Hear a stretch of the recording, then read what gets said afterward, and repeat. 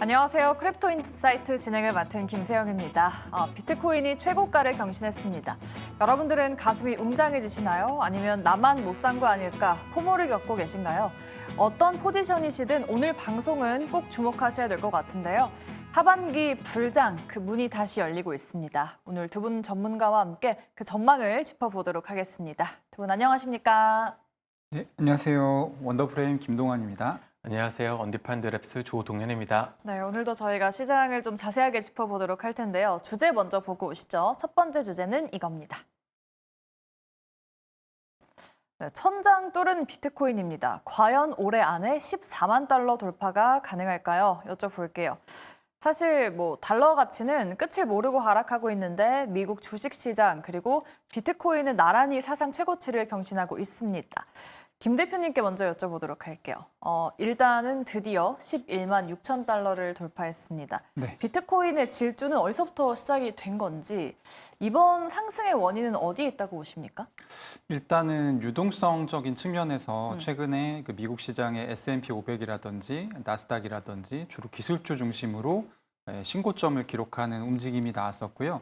그런 움직임이 이제 비트코인 시장으로도 좀 전이가 된 게 아닌가 하는 생각이 들고, 이전에는 사실 전고점이 11만 1,900달러 정도 수준이었거든요. 근데 원래 살짝 그것을 이제 위로 넘어섰다가 한 번 더 이제 좀 큰 폭으로 확실하게 좀 의미 있는 상승이 나왔다라고 볼 수 있을 것 같습니다. 그래서 지금은 어떤 그런 유동성의 분위기가 가장 크고, 또 트럼프 대통령 자체가 어제 밤에 또 이렇게 자기 SNS에 좀 흥미로운 그런 글을 올렸어요. 네. 그래서 자기가 대통령이 된 이후로 이 나스닥도 잘 가고 S&P 500도 잘 가고 심지어 이제 크립토는 천장을 뚫고 있다. 이런 취지의 발언을 해서 그 부분이 또 이제 투자자들의 어떤 센티멘트에 영향을 좀 주지 않았나 생각하고 있습니다. 보통은 비트코인이 이렇게 시원하게 치고 나가면 그 물줄기가 아래쪽에 있는 알트한테도 또 가잖아요. 근데 이번 상승장에서는 조금은 다른 흐름이 포착되고 있어요. 가상자산 자체보다는 오히려 좀 관련된 주식이 먼저 반응을 하고 있는데, 지금 시장에서 눈에 띄는 이러한 크립토 관련 종목들 어떤 게 지금은 좀 강한 흐름 보이고 있을까요? 네, 최근 들어서 굉장히 재밌는 흐름이 좀 보여지고 있습니다. 가상자산을 전략재무 자산으로 이제 취급하는 기업들이 많아지고 있는데요. 대표적으로 여러분들이 잘 아시는 마이클 셀러가 만든 이 스트래티지라는 기업 자체가 비트코인을 오랫동안 이제 시장에서 사 모았잖아요. 그럼으로써 이제 회사의 가치가 계속적으로 올라가고 있는 상황인데, 이제는 비트코인에서 머물지 않고 그것이 이더리움으로 좀 넘어갔습니다. 최근에는 이제 컨센시스라고 하는 미국에서 이 블록체인 소프트웨어를 만드는 굉장히 큰 회사가 있는데, 이 컨센시스가 주도를 해가지고 샤프링크 게이밍이라고 하는 이제 회사를 인수를 했습니다. 샤프링크 게이밍은 원래는 온라인 카지노 마케팅을 담당하던 회사인데, 올해 나스닥에서 이제 상패에 대한 어떤 서한을 받았어요. 근데 그 서한을 받고 한 달 뒤에 컨센시스가 이제 샤프링크라고 하는 이제 기업에 이제 투자를 할 것이고, 그 투자 규모가 한화로 하면 5천억 원이 넘는다는 게 알려졌습니다. 그럼 그 자금으로 무엇을 할 건지 사람들이 관심이 쏠렸었는데, 그 관심이 바로 이더리움이었습니다. 그래서 현재 샤프링크가 계속적으로 이더리움을 시장에서 매수하고 있고, 오늘 같은 경우는 이더리움 재단이 1만 개가 넘는 이더리움을 샤프링크사에 이제 장외 거래로 이제 판매를 하였다라는 것이 또 알려지면서 또 시장에 좀 주목을 좀 끌었던 것 같아요. 그럼으로써 샤프링크가 이제 굉장히 많이 상승하고 있는 추세이고, 최근에 또 비트마인이라고 하는 비트코인을 계속적으로 취급하던 이런 회사가 이제 이더리움을 사겠다라고 이제 말을 했습니다. 그에 따라서 이제 비트코인과 같이 결국 자신들의 어떤 기업 자산에 이제 디지털 자산에 편입하려는 게 이제 메인스트림으로 올라왔고, 이런 기대 자체가 지금 디지털 자산을 취급하는 기업들의 주가를 밀어 올리고 있는 것 같습니다. 그렇죠. 최근에 기술주랑 채굴주를 비롯한 크립토 관련주들이 눈에 띄게 강한 흐름을 보여주고 있습니다. 근데 또 많은 투자자분들이 사실상 궁금해하는 건 바로 이겁니다, 김 대표님. 그래서 이 상승세 네. 도대체 언제까지 갈 수 있을까인데, 대표님이 보시기에 지금의 랠리 좀 어디까지 이어질 수 있을지, 과연 그 말하는 14만 달러도 돌파 가능할지 어떻게 보세요? 저 같은 경우는 일단 기본적으로 올해 비트코인 가격이 굉장히 좋을 수밖에 없다. 그리고 비트코인뿐만 아니라 알트코인들도 굉장히 좋을 가능성이 높다라는 말씀을 계속 해왔는데요. 이유는 미국에서 지금 추진 중인 스테이블 코인 활성화 법안이 다음 주 정도에 이제 통과가 될 예정이고, 그러면 이제 스테이블 코인 발행사들이 우후죽순 계속 스테이블 코인을 찍어내기 시작할 거거든요. 스테이블 코인이 많이 발행이 되게 되면 코인 가격은 상승 압력을 받게 되는 그런 측면이 좀 있습니다. 그래서 사실 이제 하반기가 내내 좋을 수밖에 없다라는 말씀을 계속 드려왔고, 지금 전문적으로 이제 전망을 하는 이런 하우스 뷰 같은 것들을 좀 살펴보면 스탠다드 차타드 같은 경우는 최근 한 달 정도 전에 2분기 예상치로 이제 12만 달러를 꼽았었거든요. 물론 이제 틀린 예상이 됐습니다만 결과적으로. 그리고 이제 연말까지는 20만 달러를 지금 내다보는 하우스 뷰가 가장 좀 많이 중첩이 되는 그런 네. 상황이에요. 그래서 저 같은 경우도 대략 한 16만에서 20만 달러 정도까지는 무리 없이 가지 않을까 하는 생각을 하고 있는데, 사실 이제 궁금해하시는 부분은 여기서 내려갔다 올라갈 건지 네. 아니면 그냥 쭉 올라갈 건지 이런 그쵸, 부분이겠죠. 그쵸. 네. 근데 그거는 지금 예상하기 좀 쉽지 않은 부분인 것 같고요. 어쨌든 연말까지 계속 그 스테이블 코인 활성화라는 호재가 기다리고 있다. 이 정도는 말씀드릴 수 있을 것 같습니다. 근데 또 주식 시장이든 코인 시장이든 그렇잖아요. 뭐 무작정 정말 가자, 뭐 14만이다, 20만이다 이럴 때 조심을 해야 되는데, 좀 많은 분들이 궁금해하시는 게 또 그런 거죠. 언제쯤 뭔가 이렇게 다운사이드가 올 건지, 어느 선이 무너지면은 조금 조심해야 되는지, 조 대표님만의 그런 기준점이 좀 있을까요? 저는 이제 뭐 차트 분석을 하는 사람은 아니기 때문에 어떤 금액대가 뭐 저항대고 해서 뭐 그런 어떤 그 기준 자체를 말씀드릴 수는 없을 것 같아요. 이제 다만 이제 여러분들이 가장 이제 주의해야 될 거는, 전 개인적으로 너무 빠르게 올랐을 때는 사실 그거를 사는 것보다 기다리는 게 항상 좋다라고 생각하거든요. 이 블록체인 시장에서 오래 있다 보면은 항상 이 시장은 기회를 줬습니다. 네. 2021년도에 큰 상승했다가 1년 만인 2022년도에는 3천만 원까지 내려갔었거든요. 근데 이런 것이 계속 역사적으로 반복이 되었기 때문에 여러분들이 무작정 그냥 비트코인이 계속 오르니까 이거를 사야 된다 이렇게 마음 먹지 마시고 조금 시간을 갖고서 좀 기다리셔도 충분히 이제 기회는 주지 않을까라고 생각하고 있습니다. 네. 이렇게 첫 번째 주제 통해서 두 분의 의견과 좀 전망을 간단하게 들어봤는데요. 그럼 여러분들이 또 궁금해하실 만한 게 있습니다. 그걸 두 번째 주제로 열어보도록 할게요. 네, 두 번째 주제는 비트코인 그럼 지금 사도 될까요? 입니다. 정말 많은 분들이 지금 머릿속으로 그리고 육성으로 좀 내뱉으실 것 같은데, 대표님 그러면 지금 사도 되는 걸지, 매수일까요, 매도일까요? 저는 당연히 이제 매도 매수? 중간 네. 하라고 하면 매수를 선택할 것 같고요. 김 대표님은요? 저도 매수죠. 두 분 다 매수가 나왔습니다. 지금 많은 분들 매수 버튼 누르는 거 아닌가 싶긴 한데, 일단은 좀 들어볼게요. 지금 천장을 뚫었는데 그걸 올라타도 괜찮을까요? 일단 뭐 이게 어떻게 들릴지 모르겠는데, 네. 지금 이제 이렇게 의미 있는 큰 상승이 나왔고 명확한 호재가 있어서 일어난 상승이 아니잖아요. 그렇죠. 그리고 이제 유동성이 굉장히 풍부한 시장에서 일어난 상승이고, 더군다나 저희가 저번 주 방송 또 저저번 주 방송에서도 설명드렸다시피 네. 7월 한 중순 이후부터 말까지는 사실 악재가 굉장히 많았던 시장이란 말이에요. 이럴 때 오르는 상승은 굉장히 그 상승 압력이 강하다고 볼 수 있습니다. 아하. 그래서 좀 추세를 추종하는 그런 매수 전략을 하는 것이 사실은 좀 안전하다라고 생각이 들고요.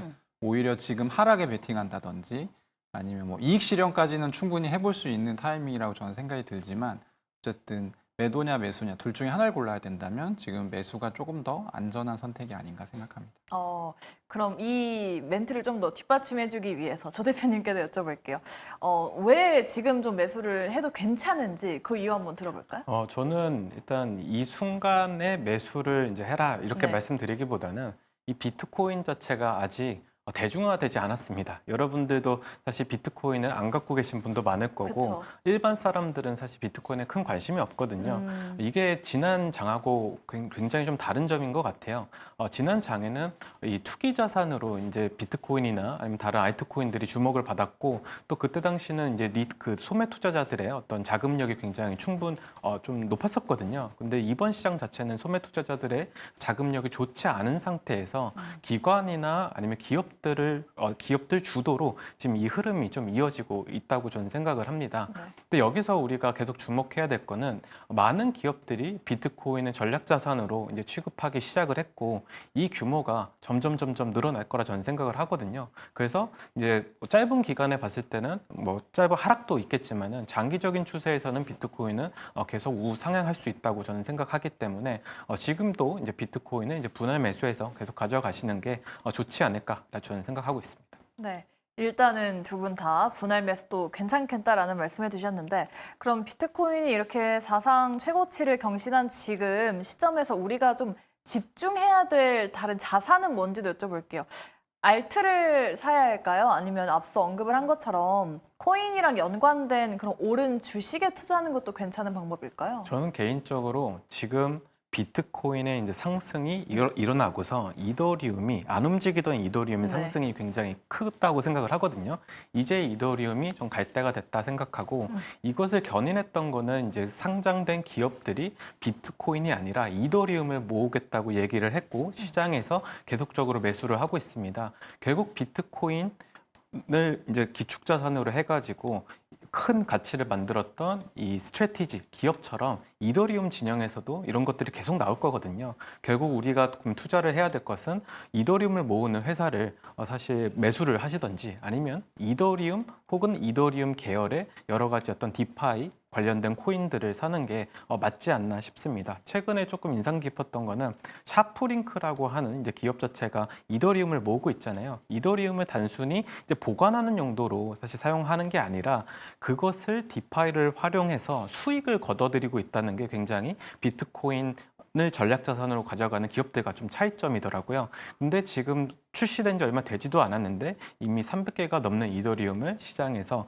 어떻게 보면 수익화했다는 것이 굉장히 의미가 있는 것 같고 비트코인은 가치 상승으로만 오르지만 이더리움은 결국 자금 운용으로 올라갈 수 있다는 것을 증명했기 때문에 앞으로 이런 기업들이 계속 자금 운용하고 디파이나 여러 가지 어떤 서비스를 통해서 수익 창출을 한다면 대중들의 관심 자체가 이런 어떤 주식뿐만 아니라 디파이까지 좀 퍼질 수 있다고 생각합니다. 그래서 여러분들은 알트코인에 좀 집중하시는 게 좋지 않을까 생각하고 있습니다. 알트.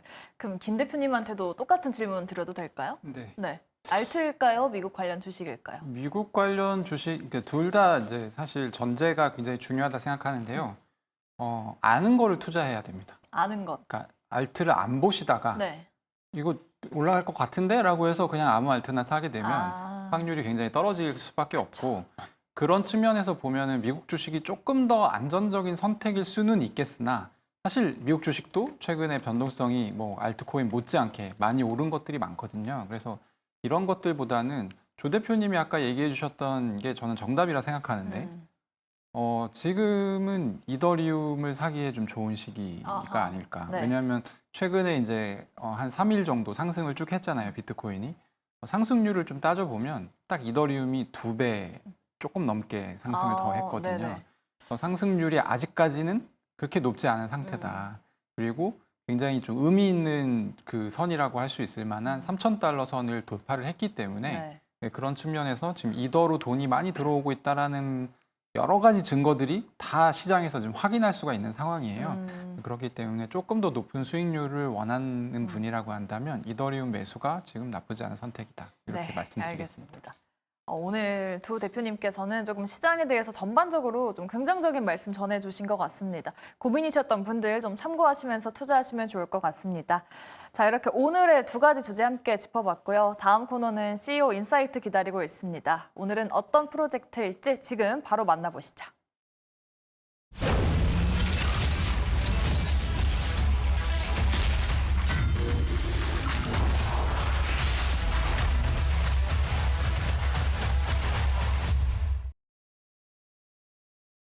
네, 오늘 CEO 인사이트는 레이어 제로의 브라이언 펠레그라노를 만나보도록 할 텐데요. 먼저 조 대표님께 간단한 설명부터 들어보도록 하겠습니다. 최근에 블록체인 생태계에서 인터체인이 좀 뜨거운 키워드로 떠오르고 있는 것 같아요. 그 중심에 바로 오늘의 주인공인 레이어 제로가 있는데 이게 단순한 또 코인이 아니라 블록체인 연결 자체를 좀 바꾸는 프로젝트라고 하던데 맞습니까? 네, 레이어 제로 같은 경우는 블록체인 내 이제 인프라라고 이제 부르고 있습니다. 그럼 어떤 역할을 하냐면요.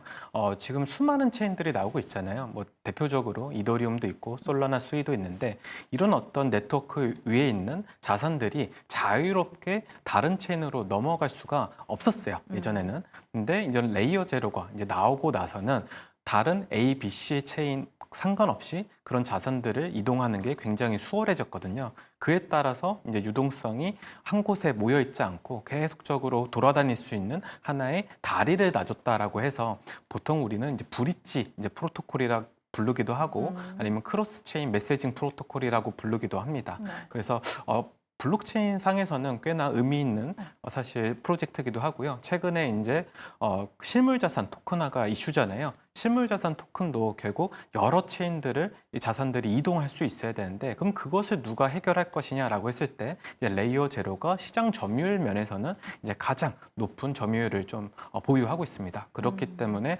레이어 제로가 수백 개의 체인을 연결하는 하나의 교도부로서 사람들한테 주목을 받기도 했고요. 또 최근 이런 어떤 가치를 인정받아갖고 미국에서 가장 큰 벤처 캐피탈인 A16G라고 하는 이제 회사를 통해서 추가적인 투자를 받기도 했습니다. 그래서 여러분들이 기술적인 측면에서는 이제 볼만하다. 근데 가격적인 측면에서는 레이어 제로가 이런 코인의 가격 상승보다는 오히려 회사를 어떻게 IPO할지에 굉장히 초점을 맞춘 회사이기 때문에 코인 투자와 기술은 조금 분리해서 보시는 게 좋다라고 저는 생각하고 있습니다.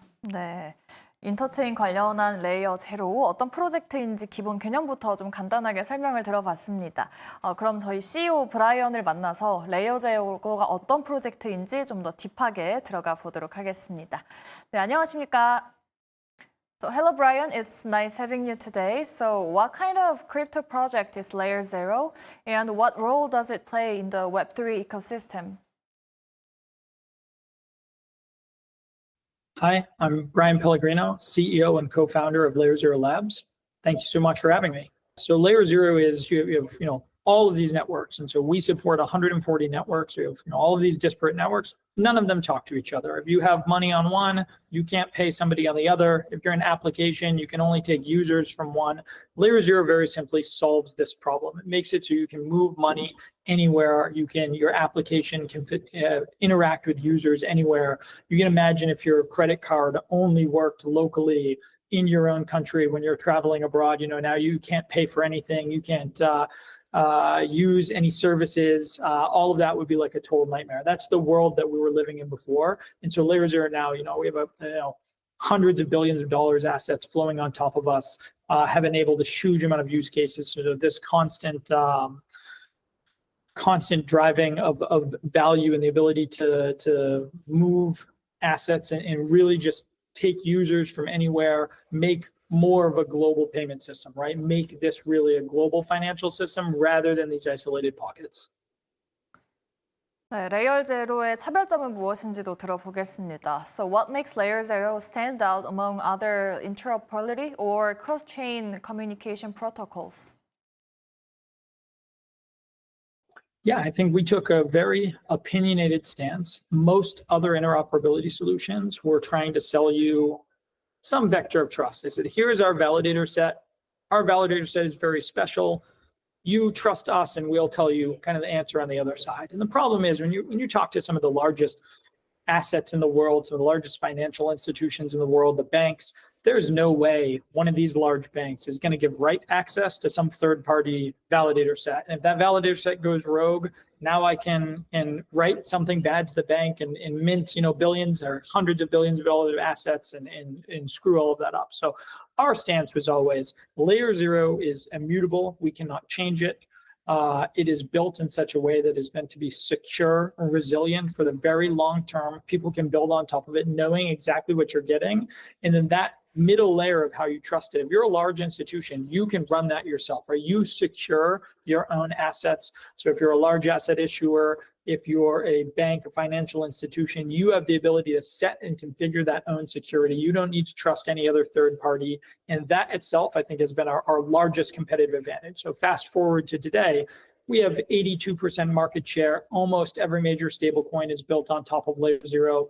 $100 billion plus moving across the network, $150 million, 150 million messages actually sent, individual messages. And so all of these things are just continuing to accelerate constantly. Layer 0 is doing, $7+ billion a month in value transferred, and that is continuously growing. So why have so many major blockchain projects and enterprises chosen to build on Layer 0? Yeah, so when it comes to why, why do most of the largest institutions, why do groups like the Wyoming stablecoin, right? The Wyoming State stablecoin, PayPal, USDT with USDT 0, Athena, why do all of these groups, why have they chosen to build with Layer 0? And it really all comes back to that same underlying concept of we have built the system that gives them the security that they want. They own the security in the middle. They structure that exactly how they want. We're on 140 networks. There's a huge network effect of assets who are built on top of Layer 0 and demand for those assets. And so all of these things become a really large flywheel, both for really and a stablecoin that's built on Layer 0 is better than a stablecoin that isn't, right? It really has become that. If you build this on the OFT, if you build this on Layer 0, then you're going to get more usage, more volume, there's more venues, more integration. So all of that matters. And then the other side is just security that you cannot get anywhere else. And so all of those things matter. And all of those things made a huge difference in these conversations. And I think placed the trust of these institutions with us. What is Layer 0's long-term vision, and how does it plan to shape the future of decentralized connectivity? Yeah, long-term vision for us, it was always, listen, build the rails that the future financial system can be built on top of that. And we've already seen that. We've gone from 3 years ago, nothing being built on Layer 0, to now, if you take just the applications built on top of Layer 0, the verified applications, we would be the 5th largest Layer 1 in the entire world. So we have a really rich developer ecosystem. We've now grown to hundreds of billions of dollars being transferred on top of the protocol, and this is just accelerating rapidly. We're up to almost $7 billion a month of being transferred on the protocol and growing. So all of these things are just incredibly promising to watch. And so long term, what you see that ramping to hundreds of billions of dollars per month. You see this ramping to the financial institutions, right?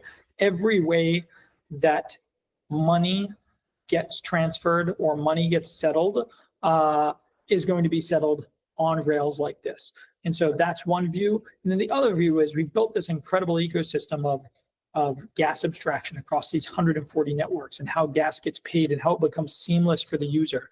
Layer 0 is structurally set up to make it so every wallet, every ecosystem only has dollar denominated or only has some sort of stablecoin denominated currency and doesn't need to have gas, right? We have the ability to facilitate where no user thinks about gas ever on any chain. So what do you think about the long-term vision of that is not only that all value being transferred and all the messages that are flowing for all of sort of the financial system, but all gas being paid anywhere, being fully abstracted through the underlying layer and just making that process seamless across every chain. And you can now deliver a user experience where the user doesn't ever think about that. They're no longer thinking about the technology, the gas, what chain it is, anything. Again, the merchant, the business, they want to accept a user from anywhere. The user doesn't want to care where their merchant is or where they're accepting it. It should be as seamless as using your credit card or going on the internet or doing anything.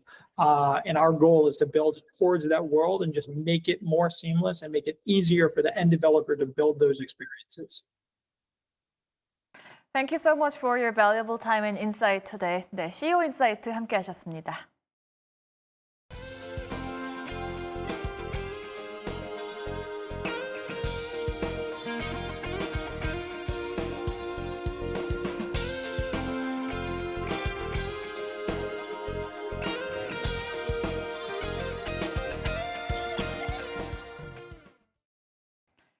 네, 하반기 들어 다시 불이 붙은 크립토 시장입니다. 비트코인 좀 강세 흐름을 이어가고 있고요. 이젠 알트와 관련주까지 순차적으로 움직이고 있습니다. 하지만 아직까지는 긴장의 끈을 놓지 않는 게 좋을 것 같은데요. 저희 크립토 인사이트는 매주 좀 빠르게 변화하는 시장의 이슈를 여러분과 함께 짚고 있습니다. 매주 금요일 밤 10시 반 저희와 함께 해주시면 좋을 것 같고요. 저희 유튜브 채널에 업로드되는 영상도 꼭 확인해 주시면 좋을 것 같습니다. 다양한 인사이트 있으니까요. 그쪽으로 가셔서 확인해 보시면 좋을 것 같습니다. 네, 저희 프로그램은요, 투자에 대한 판단과 책임은 언제나 여러분들의 몫이라는 점 기억해 주시면 좋을 것 같아요. 오늘 저희가 준비한 순서는 여기까지입니다. 저희는 다음 주 이 시간에 더 좋은 정보 들고 다시 돌아오도록 할게요. 오늘 저희 방송 끝까지 시청해 주신 여러분 고맙습니다.